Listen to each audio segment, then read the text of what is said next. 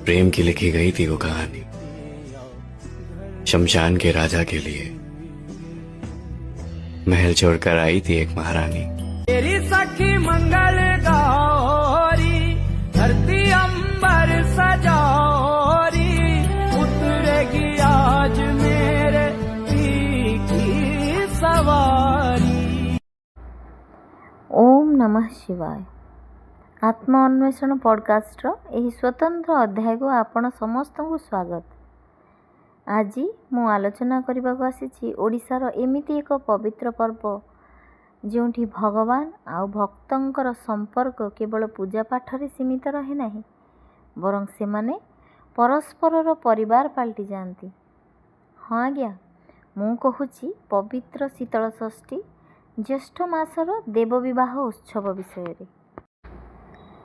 शीतल षष्ठी होची भगवान शिव एवं माता पार्वतींकर पवित्र देव विवाहर एक महान गणपर्व। एही पर्वर आध्यात्मिक दिग होची, एही पर्वर नाम शीतल हेबार मूल कारण महाशिवरात्रि रे भगवान शिव रुद्र बा क्रोधित रूप रे थांती, किंतु ज्येष्ठ मासर शुक्ल पक्ष षष्ठी रे माता पार्वती को विवाह करी से संपूर्ण शांत एवं शीतल हो जाती।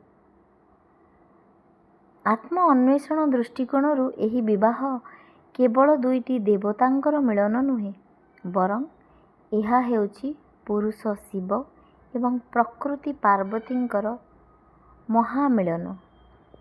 यह आमको शिखाए किभली आम भितर थिबा आध्यात्मिक चेतना एवं सांसारिक शक्ति मध्यरे संतुलन रक्षा करने को हेबो।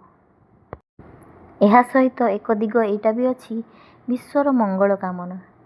ग्रीष्म ऋतुर प्रचंड रौद्रतापरू धरित्री को शीतलता प्रदान करिबा एवं आगामी वर्षा ऋतु रे सृष्टिर कल्याण पाई एही देव विवाह अनुष्ठित होइथाय।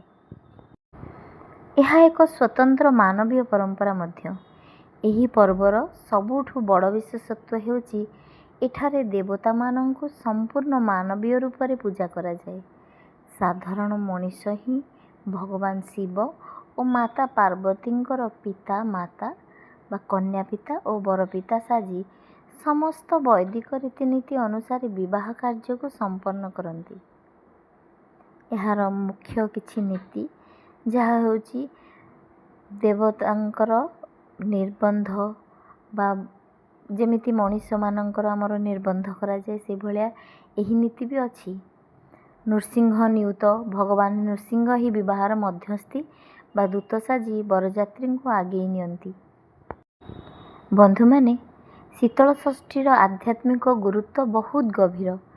महाशिवरात्रि रे जो महादेव बैरागी और रुद्र रूप रे थांती, शीतल षष्ठी रे माता पार्वती को पाणी ग्रहण करी से संसार पाई शीतल और प्रेममय हो जाती।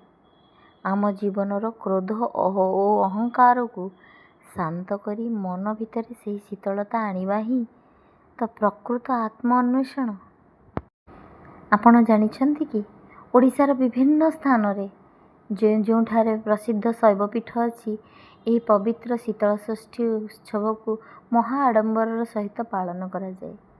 आम पुरी जिल्लार हरिराजपुर ग्राम रे मध्य बाबा सोमनाथ एवं माता पार्वतींकर एही विवाह उत्सव महाआडंबर रे पालन करा जाए।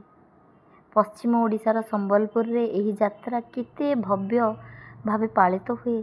सेठारे साधारण मनुष्य जगतर नाथ जगन्नाथ भली महादेवंकर ससुर बा पिता हेबार सौभाग्य पाती। बाबांकर बारात बाहरिले सतरे लागे जेमती स्वर्ग और मर्त्य को ओह्लाई आसीची। घंट घंटा एवं दुलदुली रे से आध्यात्मिक ध्वनि प्रतिटी आत्मा को आंदोलित करिथाए। तेबे आसंतु एही शीतल षष्ठी अवसर रे महादेव एवं माता पार्वतींकर चरण रे प्रार्थना करिबा जेमिति से आम मन को शांत रखंतु एवं समस्त विश्व रे सुख शांति भरी दियंतु। शीतल षष्ठीर अनेक अनेक शुभेच्छा। जय बाबा भोलानाथ।